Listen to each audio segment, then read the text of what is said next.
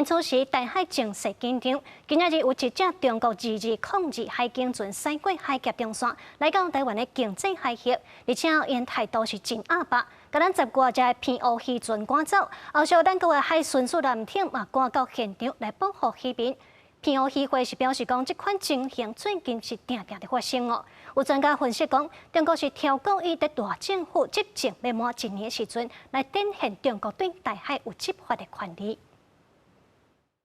相片内底这只船是来自中国的海警船，走入去咱国经济海峡，和两岸情势紧张情况，拄到中国休渔期，中国船只严格出入港。不过，中国2202海警船直接开过海峡中线以东，来到7米西平40海里，马经60海里，把这伫掠鱼的10多只偏乌渔船赶走，真恶质。偏乌海巡队缉捕了后，调派台中南3519艇赶到现场来捕鱼。政府所称的海峡中线也是在东经118度这边，但是我们的渔船在118度43分、44分这边捕捞，就受到海警的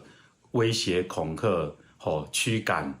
那这样子对于渔民非常的影响，非常的大。海峡中线过去被看作是两岸共识的非正式的海上分界线，不过中共愈来愈接侵了台湾了后，共军基南海警船真接越界，海峡中线敢若稀释。根据协会统计，近几个月渔民伫中线附近作业已经互赶超过50摆，涉及政府护渔无够力。专家分析，中国海警船超工伫520进前，直接驱离台湾的渔船，展现伫台海拥有执法权。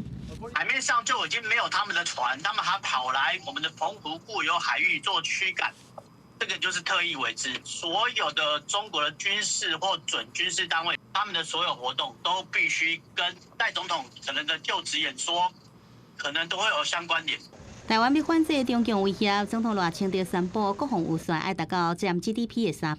台中市长卢秀燕则是讲，国安工作若是国安会、国防部的责任，金管会、财政部、卫福部嘛做准备，强调比战较可能赢战，支持增加国防预算。我个人是支持我们国家要增加国防预算的，对于国家安全的面向扩大，全面的准备因应。无人机是现代战场不过欠缺的重要战略。行政院长杜英台到嘉义参访亚洲无人机 AI 创新应用研发中心，关心无人机国家队发展。那他希望关照的面向，那包括自制力，